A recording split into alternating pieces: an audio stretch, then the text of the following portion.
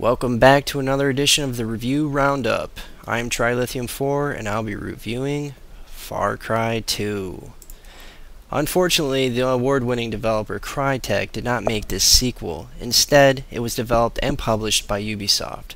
The sequel retains nearly nothing from Crytek's original on PC, nor the Xbox and Xbox 360 iterations. The game also does not give players a predefined protagonist. Instead, you choose a character from a list at the beginning of the game, and basically the other characters appear in the world around you as friendly NPCs who you can choose to work for. The story is centered on a civil war between two rival factions, the UFLL and the APR, in an unnamed African nation. The priority mission is to track down the Jackal, a menacing bad guy who supplies weapons to both factions to keep the war going. With the joint signatory framework, his reputation as a dangerous arms dealer is well deserved. Orders are to terminate. Well, that didn't work out the way they planned. I'm still breathing and you're the one with malaria. Far Cry 2 is an open sandbox world, allowing you to free roam a good chunk of Africa.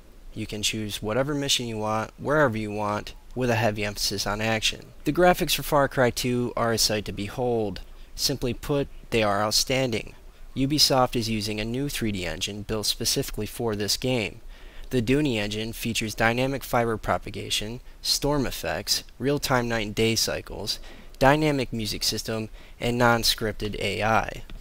Although the Dooney engine is well done, it's not quite as good as Crytek's CryEngine 2. Anyways, the landscapes are truly remarkable, from the Rocky Mountain regions, forests, and swamps to the wide open plains of the savannas. It's simply breathtaking. Except the character models.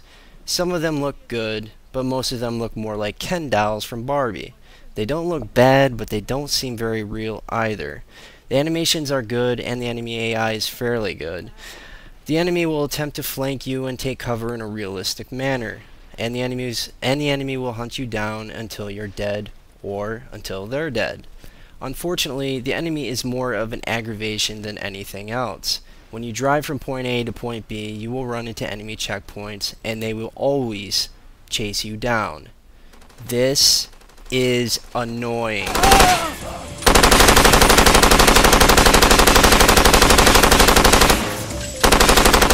Okay, moving on.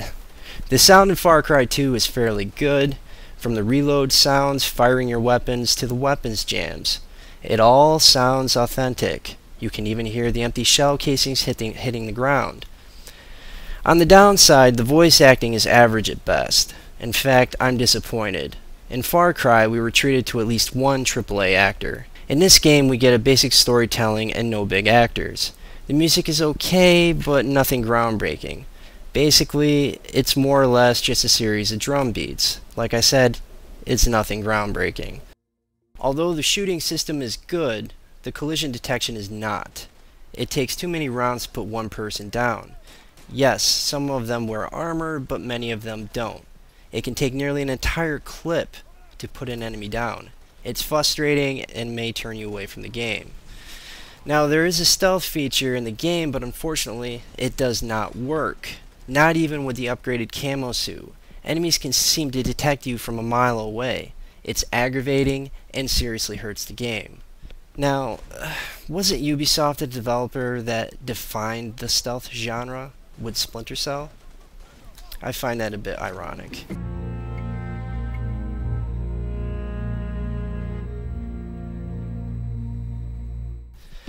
Multiplayer is basic and does not seem quite as compelling as it should be, but they offer all the standard game modes such as Deathmatch, Team Deathmatch, Capture the Diamond, and Uprising.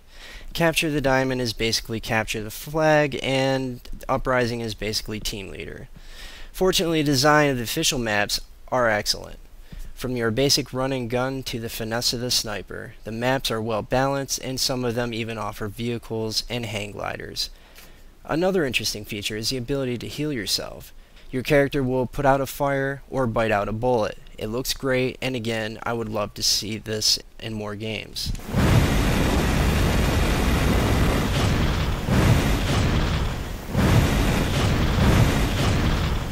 The map editor has to be one of the best features in the game.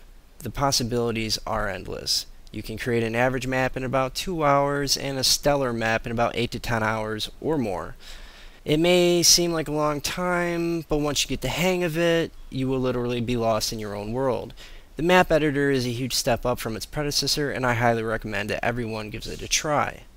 It's worth it.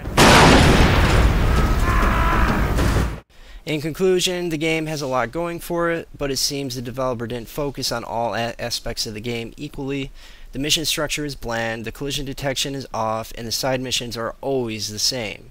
The main story will take you about 25 plus hours to complete, but that's assuming you don't participate in the repetitive side missions. If you divulge in all the side missions, this game will easily take 40 hours to complete. But like I said, it's rinse and repeat.